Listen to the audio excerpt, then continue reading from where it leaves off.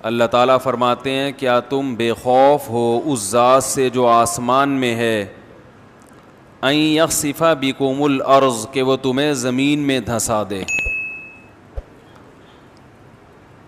فستعلمون کیف نذیر ام امنتم من فی السماء ان یرسل علیکم حاصبا فستعلمون کیف نذیر، یا تم بے خوف ہو گئے کہ وہ اللہ آسمان سے پتھروں کی بارش نازل کرے تو تمہیں پتہ چل جائے گا کہ میرا ڈرانا کیسا تھا۔ اللہ تعالیٰ کی ذات رحمت ہے، اپنے بندوں پہ مہربان ہے، رحم کرنے والا ہے، لیکن اللہ کی ذات کا ایک دوسرا پہلو بھی ہے۔ بھائی ان بچوں کو پکڑیں جا کے، یار وہ کدھر ہیں؟ شوکت بھائی، بچے شور کر رہے ہیں۔ لیکن اللہ تعالیٰ کی ذات کا ایک دوسرا پہلو بھی ہے، وہ پہلو ہے انتقام لینا۔ ہمارے ہاں بعض خطیبوں کی عادت ہے کہ وہ ڈرانے والا پہلو بہت غالب کرتے ہیں، کہ ہر وقت لوگوں کو ڈراتے رہتے ہیں جس سے مایوسی پھیلتی ہے۔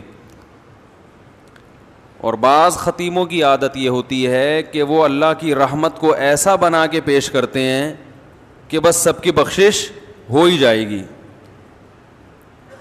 اور رمضان میں تو ویسے ہی بخشا جائیں گے، جمعے کو مر گئے تو بخش گئے، رمضان میں مر گئے تو پھر تو بخشش پہ مہر لگ گئی، اور اگر رمضان میں 27ویں رات کو مر گئے تو بے شک چرس پی کے مرے ہوں پھر بھی کہاں جائیں گے؟ جنت میں جائیں گے۔ گانا گا کے مرے ہوں یا چرس پی کے مرے ہوں یا کسی کی جیب کاٹتے ہوئے مر گئے، جانا سیدھا کہاں ہے؟ جنت میں۔ یہ بھی غلط ہے۔ اس میں جو اعتدال کی بات ہے وہ وہی بات ہے جو اللہ نے بتائی ہے۔ قل لعبادی، اے نبی میرے بندوں سے کہہ دیجئے، انی انا الغفور الرحیم، کہ میں غفور بھی ہوں اور رحیم بھی، وَأَنَّ عَذَابِي، لیکن یہ بھی بتا دیں کہ میرا جو عذاب ہے هُوَ الْعَذَابُ الْأَلِيمُ، وہ دردناک عذاب ہے۔ اس میں اللہ نے ہمیں بتا دیا کہ اللہ کے بارے میں تمہارا کیا کانسیپٹ ہونا چاہیے، یہ اللہ نے خود بتا دیا۔ اب دیکھیے قرآن کی بلاغت ہے کہ اللہ اپنے بارے میں جو بتانا چاہتے ہیں نا، اس کے بارے میں اللہ نے جو الفاظ استعمال کیے ہیں وہ بڑے عجیب ہیں۔ ہم جب کسی کو ڈراتے ہیں اور ہم جب کسی کو اپنے بارے میں یہ بتانا چاہیں کہ میں اچھا سلوک بھی کرتا ہوں لیکن جب میرا میٹر گھومتا ہے تو برا سلوک بھی کرتا ہوں، تو ہم یہ اس طرح بتائیں گے نا کہ بھائی میں بہت اچھا بھی ہوں لیکن بہت برا بھی ہوں، یہ کہیں گے نا ہم۔ بھائی میں بہت نرم دل بھی ہوں لیکن سخت دل بھی ہوں۔ ہم اپنا انٹروڈکشن یوں کروائیں گے اگر ہم چاہتے ہیں کہ ہمارے بارے میں ایک درمیان کی رائے قائم ہو۔ ان بچوں کو اللہ کے عذاب سے بھی ڈرایا جائے اور کچھ جنت کی لالچ بھی دی جائے تو پھر یہ بچے قابو میں آئیں گے۔ بھائی یہ ان کو بھیجو، یہ ان کا میٹر بڑا شارٹ ہوتا ہے، آپ ذرا جائیں اوپر جا کے بچوں کو سنبھالیں، پہلے کوشش کریں محبت سے، ورنہ پھر آپ دکھائیں کہ آپ کیا ہیں۔ یہ جو جانے لمبے سے، یہ بڑا میں نے کئی دفعہ دیکھا ان کا میٹر شارٹ ہوا ہے، تو یہ بچوں کو ذرا سنبھالنا پڑتا ہے ورنہ بچے کہاں باز آتے ہیں۔ تو ہم جب اپنا تعارف کروائیں گے تو ہم کیا کہیں گے؟ بھائی میں سخت بھی ہوں اور طبیعت نرم بھی ہوں۔ اللہ نے جب اپنا تعارف کروایا تو اللہ نے کہا قل لعبادی، اے نبی آپ میرے بندوں کو میرے بارے میں تعارف کروا دیں۔ کیا تعارف ہے؟ 3 طریقے ہو سکتے تھے اپنے انٹروڈکشن کے، جو اللہ کی صفات ہیں ان کو بیان کرنے کے 3 طریقے ہو سکتے تھے۔ ایک طریقہ یہ ہو سکتا تھا کہ میں غفور الرحیم بھی ہوں اور سخت عذاب والا بھی ہوں، سخت عذاب والا بھی ہوں۔ ایک طریقہ تو یہ ہو سکتا تھا۔ ایک طریقہ یہ ہو سکتا تھا کہ میری رحمت بھی بہت بڑی ہے اور میرا عذاب بھی بہت بڑا ہے. دیکھو ایک ہوتا ہے اپنی صفت بیان کرنا, ایک ہے اپنے فعل کی صفت بیان کرنا. تھوڑی سی ٹیکنیکل باتیں کچھ زیادہ ہو رہی ہیں, میں اس کو کوشش کروں گا آسان طریقے سے سمجھاؤں. اپنی صفت کا مطلب کیا ہے کہ میں ایسا ہوں, اور اپنے عمل کی صفت کا مطلب میرا عذاب ایسا ہے, میں جیسا مرضی ہوں چھوڑو اس کو, میرا عذاب کیا ہے ایسا خطرناک. دوسرا رحمت کو یوں بھی بیان کیا جا سکتا ہے میں رحیم ہوں, اور ایک طریقہ یہ کہ اپنی صفت نہیں بلکہ میری رحمت ایسی ہے. بھائی نتیجہ تو دونوں کا ایک ہی نکلے گا نا, لیکن فرق کیا ہے, ایک میں اپنا تعارف کروایا جا رہا ہے, ایک میں اپنے فعل کا تعارف کروایا جا رہا ہے, اپنے عمل کا. ارے بھائی جب کسی کو دھمکی دیتے ہو ایک بولتے, ایک طریقہ یہ کہ میں بہت سخت آدمی ہوں, اور ایک ہے میرا چماٹ بہت سخت ہے. اب سمجھ میں آئے گا جو میں کہنا چاہ رہا ہوں, میرا جھانپڑ بہت ٹائٹ ہے. ایک طریقہ یہ ہے نا بھائی کوئی پیسے نہیں دے رہا آپ کے, 1,00,000 روپے لے کے بھاگا ہوا دے نہیں رہا, آپ جاؤ گے اس کے گھر بیل بجاؤ گے, بھائی جان ذرا 25ویں دفعہ آپ کے گھر آ رہا ہوں ذرا باہر آئیے. جی کیا کام ہے جی؟ بھائی بات یہ ہے کہ میں 25ویں دفعہ پیسے مانگنے کے لیے آ رہا ہوں آپ کے گھر میں. وہ کہہ رہا ہے یار اصل میں ایکچولی مسئلہ, جیسے کہ لوگ کرتے ہیں, ایکچولی مسئلہ یہ ہے کہ وہ ابھی میرے پیسے بھی نکلے نہیں ہیں, کھلے نہیں ہیں, یا کیا ہے, کوئی بھی ٹاپک کرا دے آپ کو, تو آپ اسے 2 طریقوں سے دھمکی دے سکتے ہو. ایک تو یہ کہ تجھے پتہ نہیں ہے کہ میں کون ہوں, میں بہت سخت آدمی ہوں, اور ایک یہ کہ میرا چماٹ, بیٹا تو نے ابھی میرا جھانپڑ کھا کے دیکھا نہیں. یہ دھمکی دینے کے 2 طریقے ہو گئے, ایک اپنی صفت کو بیان کیا جا رہا ہے کہ میں ایسا ہوں, اور ایک اپنے عمل کو کہ میرا چماٹ ہے بھائی وہ ایسا ہے. اسی طرح رحمت کو بیان کرنے کے بھی 2 طریقے ہیں. آپ نے کسی سے کہا کہ یار میرا ایک چھوٹا سا کام کر دو, وہ کر نہیں رہا, تو آپ کہہ رہے ہو یار تم تھوڑا سا میرا کام کرو گے نا تو میں بڑا نوازنے والا آدمی ہوں, یہ ذہن میں رکھنا. آج تم میرے کام آ جاؤ تو کل میں بہت نوازوں گا, کیونکہ میں بہت سخی آدمی ہوں, بہت نوازنے والا آدمی, بڑا قدردان ہوں. یہ اپنی صفت کو کیا کیا جا رہا ہے, ہائی لائٹ, کہ میں قدردان ہوں. اور ایک طریقہ یہ ہے کہ بھائی یار یہ میں چھوٹا سا کام تم سے کہا ہے, ضرورت ہے کر دو, اگر تم نے کر دیا تو ایک بات ذہن میں رکھنا کہ میں جب کسی کو نوازتا ہوں تو میری نوازشیں بہت زیادہ ہوتی ہیں. تو یہاں اپنے عمل کو بیان کیا جا رہا ہے کہ میرا عمل, نتیجہ دونوں کا ایک ہی نکلے گا نا, یعنی وہ خوش ہو جائے گا. اب قرآن کی بلاغت دیکھو, انداز دیکھو قرآن کا. 3 طریقے ہو سکتے تھے بیان کرنے کے. ایک یہ کہ اللہ یہ کہتے کہ اے نبی میرے بندوں سے کہہ دیں کہ میری رحمت بھی بہت بڑی اور میرا عذاب بھی بہت بڑا, میری مار بھی بہت بڑی اور عطائیں بھی بہت بڑی. ایک انداز تو یہ ہو سکتا تھا. ایک انداز یہ ہو سکتا تھا کہ میں بڑی عطا والا ہوں, بڑی رحمت والا ہوں اور بڑے عذاب والا ہوں. کیا خیال ہے؟ دوسرا طریقہ یہ ہو سکتا تھا, لیکن اللہ نے, اور تیسرا طریقہ یہ ہو سکتا تھا کہ میں بہت عذاب والا ہوں, رحمت میری بہت بڑی ہے, یعنی رحمت بھی میری بہت بڑی. چوتھا طریقہ یہ ہو سکتا ہے کہ میں بہت رحمت والا ہوں, عذاب بھی میرا بہت بڑا ہے. ارے کیا ہو گیا بھائی؟ تو اللہ تعالیٰ نے 3 طریقے چھوڑ کر چوتھا طریقہ اختیار کیا. جہاں رحمت کی باری آئی تو اپنی صفت کو ہائی لائٹ کیا, یعنی کہ میری عطائیں بہت بڑی ہیں, نا میں بہت رحمت کرنے والا اور بہت مغفرت کرنے والا ہوں, لیکن عذاب بھی میرا کیا ہے, یعنی کہ میں بہت بڑے عذاب والا ہوں. اس آیت میں اللہ نے عذاب کی نسبت اپنی طرف کرنا پسند نہیں کیا ہے. نسبت کا مطلب یہ کہ یہ اپنا انٹروڈکشن کہ میری صفت ہی یہی ہے. کیونکہ جب ہم کسی کو دھمکی دیتے ہیں نا کہ میں بہت مار والا ہوں, اس سے پتہ چلتا ہے کہ آپ کا کام مارنا پیٹنا ہے. کیا خیال ہے بھائی؟ جب آپ کسی کو یہ کہتے ہیں کہ میں بہت رحم دل ہوں, بہت عطاؤں والا ہوں, تو اس کا مطلب ہے میرا کام کیا ہے, عطائیں کرنا. لیکن جب آپ کسی کو کہتے ہیں کہ میں جب کسی یعنی میری عطا بہت زیادہ ہے, تو اس سے یہ ثابت نہیں ہوتا کہ آپ ہمیشہ عطا کرتے رہتے ہیں. ہاں جب کرتے ہیں تو بہت زیادہ کر دیتے ہیں, لیکن یہ ثابت تھوڑی ہوتا کہ کرتے بھی رہتے ہیں. اسی طرح جب آپ دھمکی دیتے ہیں, ایک طریقہ یہ ہے بھائی میں ہوں ہی سر پھرا, میں ہوں ہی بڑا سخت, اور ایک طریقہ یہ ہے کہ بھائی جھانپڑ میرا بڑا سخت ہے. تو جھانپڑ سخت ہونے کا مطلب یہ ہے کہ بھائی میں سخت ہوں, میں سخت نہیں ہوں, لیکن جب مجھے غصہ آتا ہے نا تو پھر کبھی کبھار جھانپڑ بھی لگا دیتا ہوں, پھر وہ ہلکا بولو بھائی نہیں ہوتا. تو اللہ تعالیٰ نے جب رحمت کا تذکرہ آیا تو یہ نہیں فرمایا میری رحمت بہت بڑی ہے, اگر دوسرے مقام پر تو فرمائے میری رحمت بہت بڑی ہے, لیکن یہاں دونوں کا جب ایک ساتھ دونوں صفت کو جب ہائی لائٹ کیا جا رہا ہے اکٹھا, دو متضاد صفات کو, تو رحمت کو اپنی صفت بنا کے پیش کیا, عذاب کو اپنی صفت بنا کے پیش نہیں کیا. کہا قل لعبادی, میرے بندوں سے کہہ دیں, انی انا الغفور, میں مغفرت کرنے والا بھی ہوں اور رحم کرنے والا بھی ہوں, یہ میں والا ہوں, لیکن عذاب والا نہ ان عذابی, میرا جھانپڑ بھی بہت سخت ہے, میرا عذاب بھی بہت کیا ہے سخت ہے. اس سے پتہ چل گیا کہ میں عذاب والا نہیں ہوں. آئے ہائے ہائے ہائے, بہت مشکل ہے سمجھانا بھائی.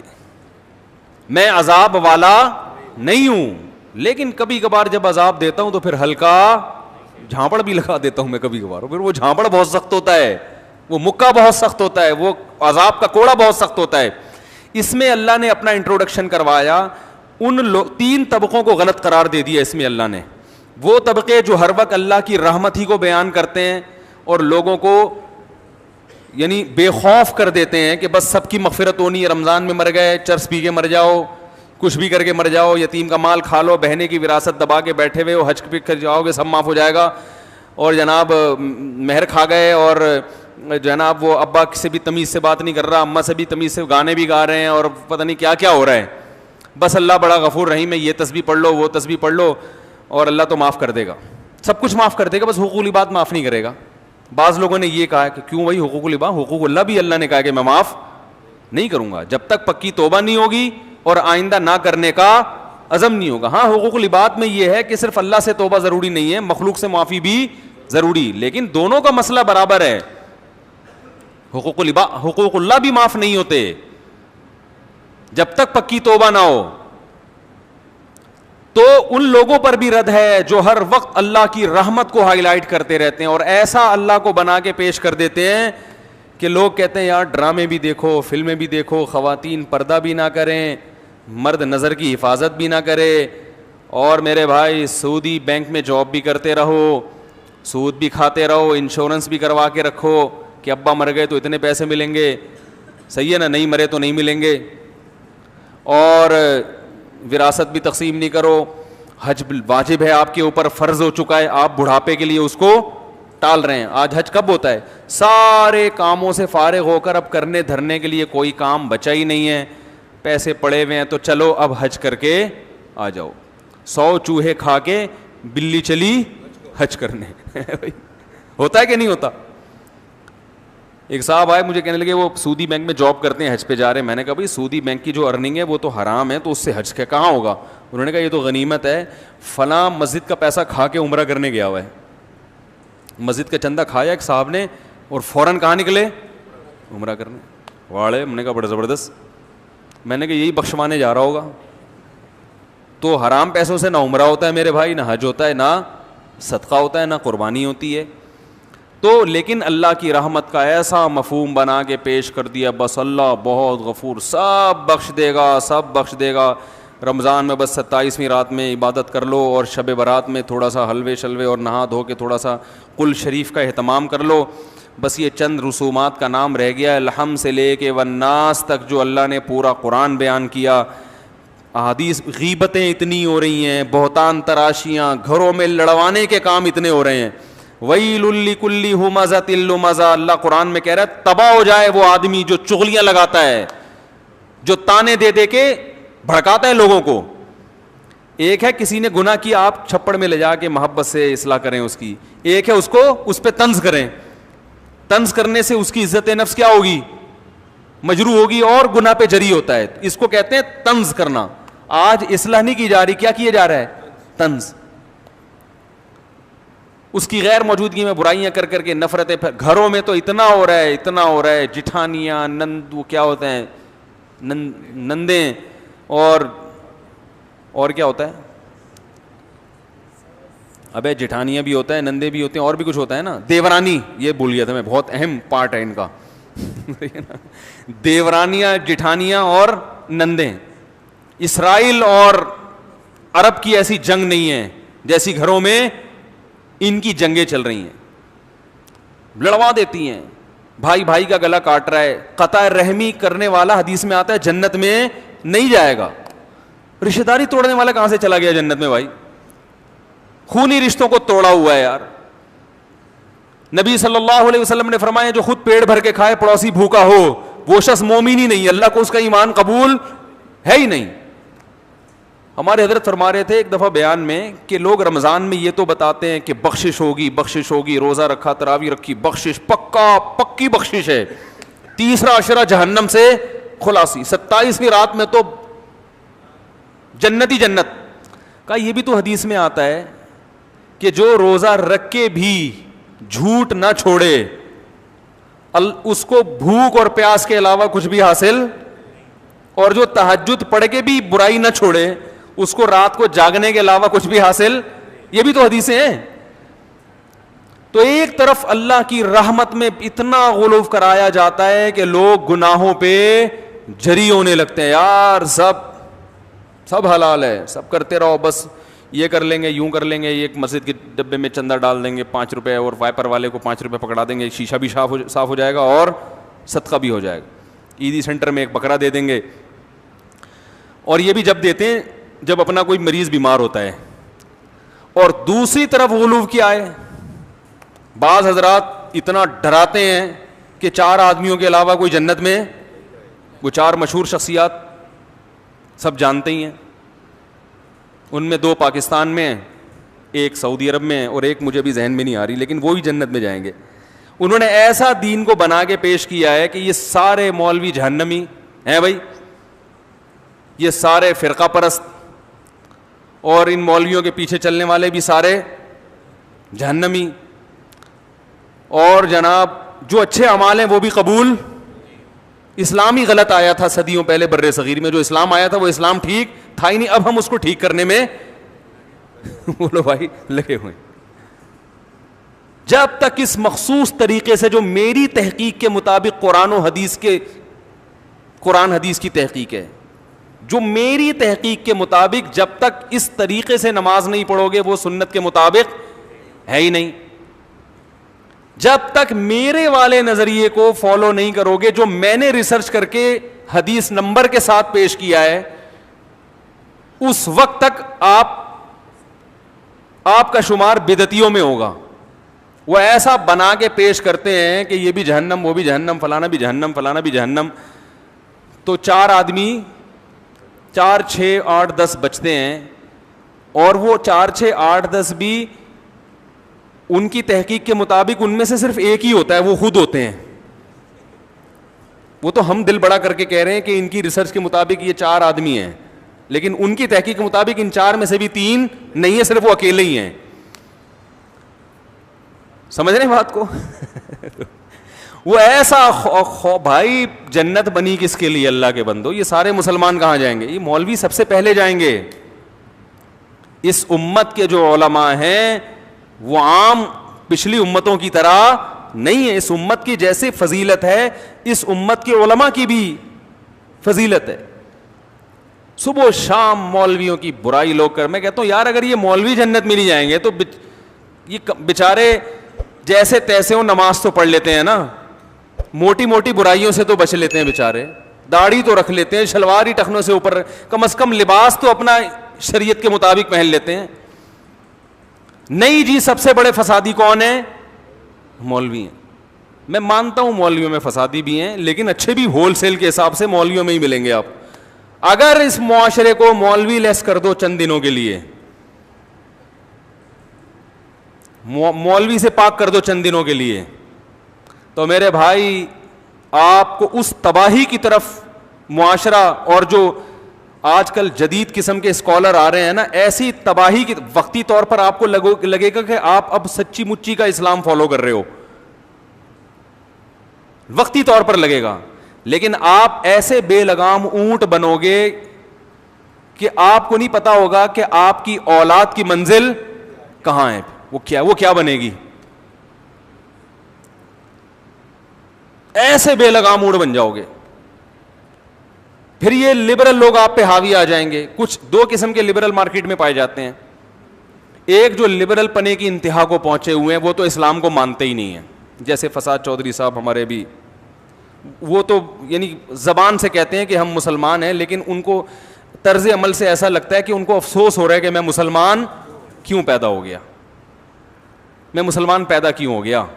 کیونکہ یہ جب میوزک بھی انجوائے کرنا چاہیے, جو میوزک انجوائے نہیں کرتے وہ غلط ہیں. اور وہ جو ان کی مشہور تقریر ہے جس میں انہوں نے بہت اچھا انٹرویو دیا تھا, تو ان کے طرز عمل سے, اس طرح کے جو لبرل لوگ ہیں ان کے طرز عمل سے ایسا لگتا ہے کہ کاش ہم مسلمان پیدا نہ, کیونکہ وہ ہر چیز میں گورے کو ترجیح دیتے ہیں. یار وہ اچھے, تو بھائی تم پھر ادھر ہی جا کے رہو, اسی مذہب کو فالو کرو. اگر وہ مذہب لیس ہیں تو تم بھی مذہب لیس بن جاؤ.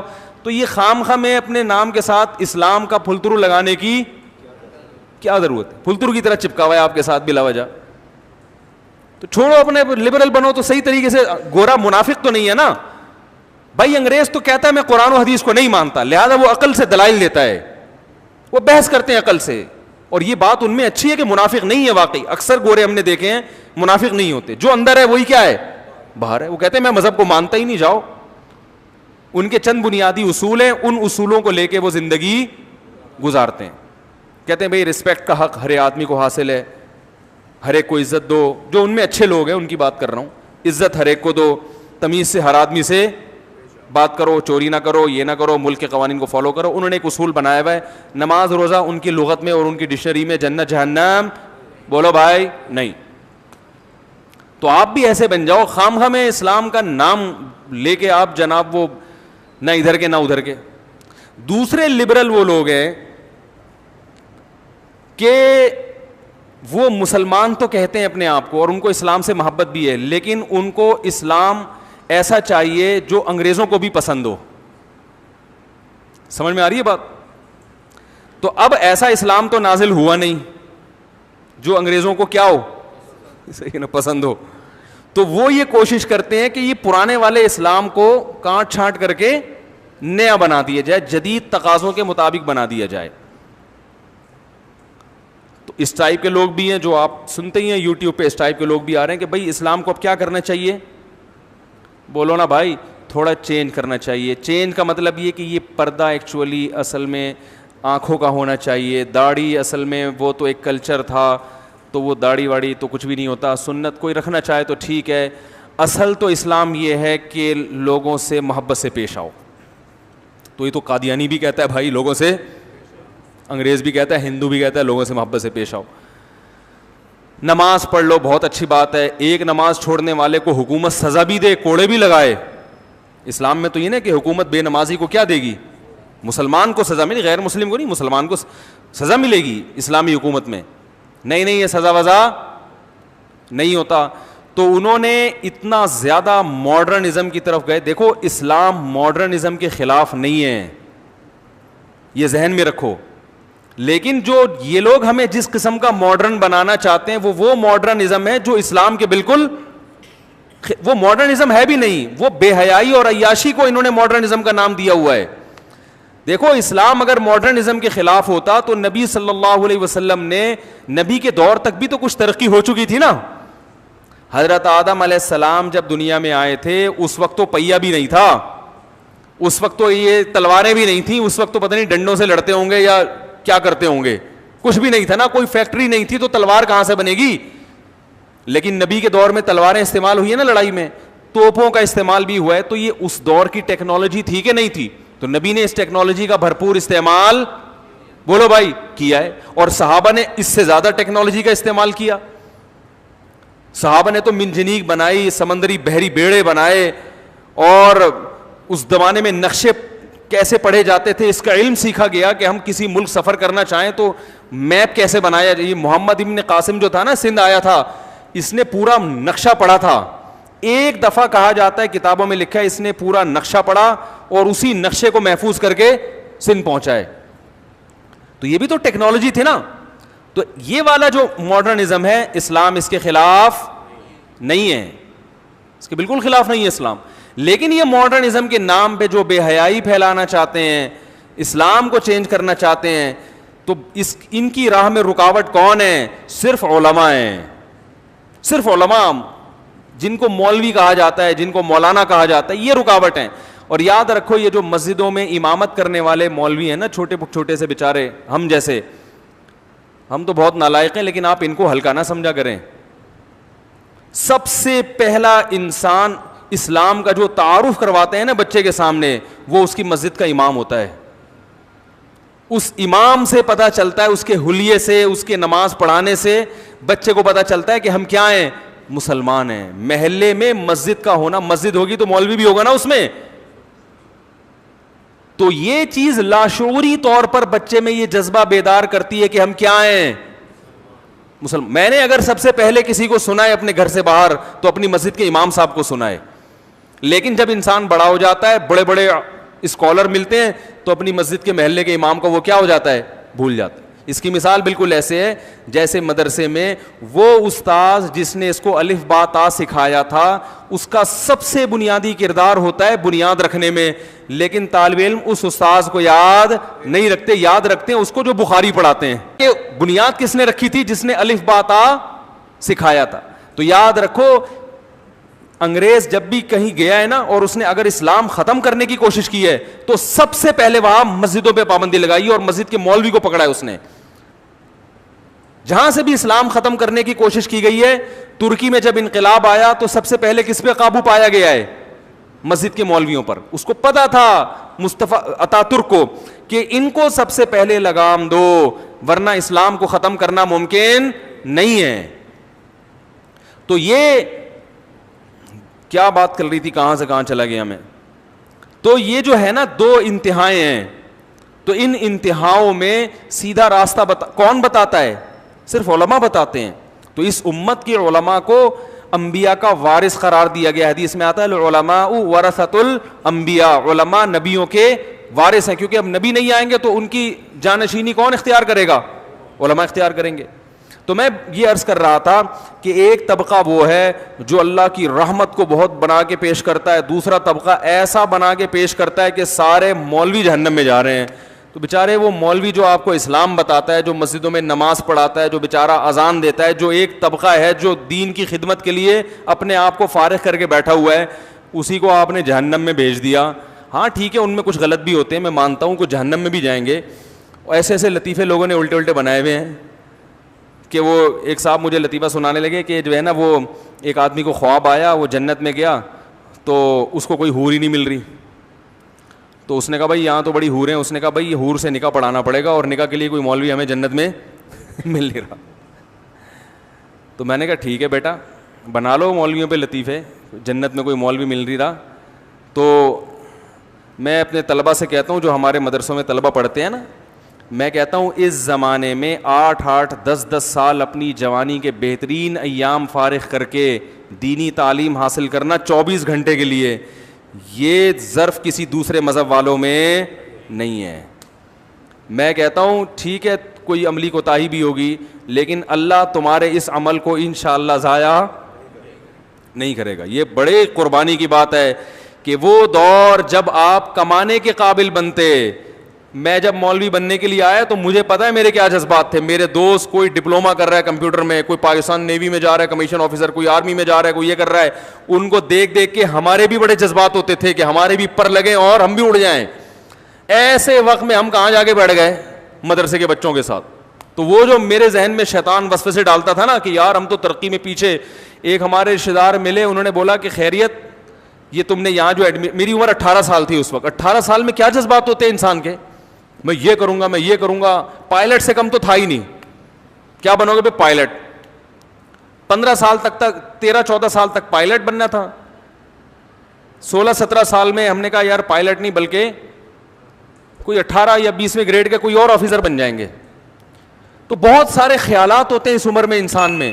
تو میں جب مدرسے میں گیا نا تو ہمارے ایک رشتے دار نے پوچھا یہاں کتنے سال کی پڑھائی؟ ان کا خیال تھا 2-3 سال کی ہوگی اور صبح جانا ہے دوپہر کو واپس آنا ہے. میں نے کہا بھائی, انہوں نے کہا ابھی جب آپ جمعے کو جا رہے ہو مدرسے تو واپس کب آؤ گے؟ میں نے کہا اگلی جمعرات کو, یعنی 1 ہفتے بعد.